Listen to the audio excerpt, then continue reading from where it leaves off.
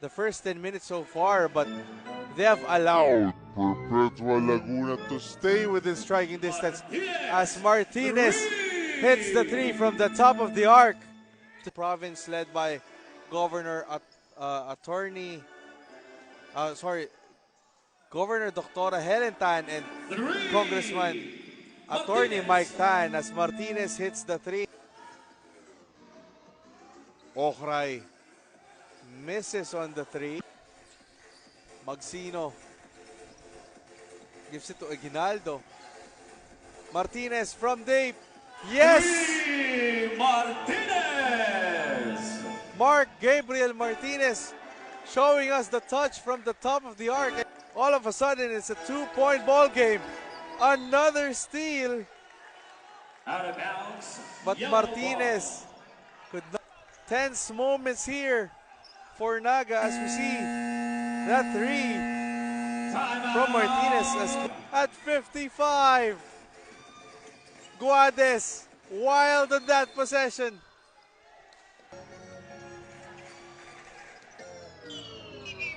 And an offensive foul will be called against Palaje. Frustration. A steal again. But fair. Now PCU starting from the left side and a traveling violation representing Lipa, Batangas. That's a shot and that is a make para kay Martinez. Pero binubuhay nitong si Bahaw. Kakabalik lang. Tira agad. Not gonna happen. Have just 2 more fouls to give or maybe just 1. Because apparently it's a 3rd personal foul. But a 3-pointer is gonna be secured. The lead is back down to 7 points.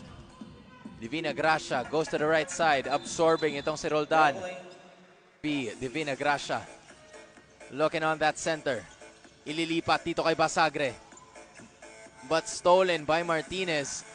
Ito kay Aguinaldo. 10 seconds to work with on the shot clock. Is Fronda aware of it? He turns around. Kaso makukuha na naman yan. Good decision coming in from Padilla to set it all up. Just waste time on the clock. You're leading by 8 anyway. This time, Divina Gracia looking for someone, and that someone is Padilla. Roldan going to his right. Finding Katayong. Decides to shoot a 3. Not gonna work, but even in Katayong's absence, the Baby Dolphins are still fighting for that rebound. Swarm this Martinez for a fake play. Now it's Tan getting that shot to go off. Pero makukuha yan itong si Martinez. And ng Perpetual yung lakad nila to go into that free throw line. Martinez is going to be shooting for 2 to bring or possibly cut this down to 4. And he makes the first one to go. 2 to 67 with 55.1 seconds to go.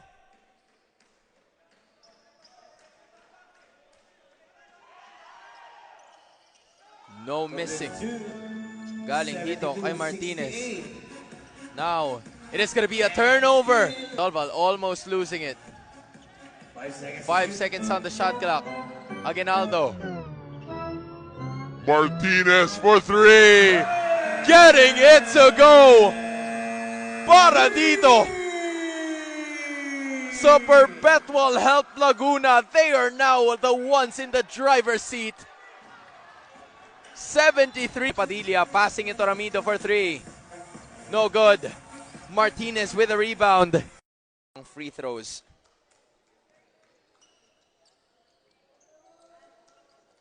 Para dito sa koponan ng Perpetual Help, Aggie Bulldogs. Laguna, 2 possessions away.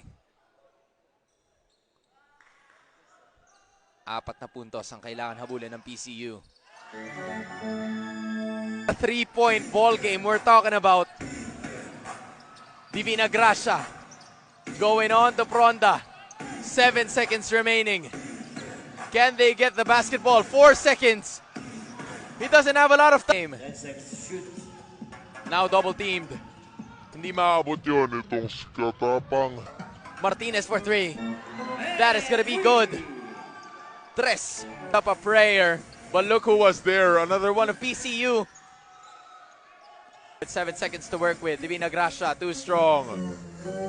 Kuha na naman yan itong si Martinez.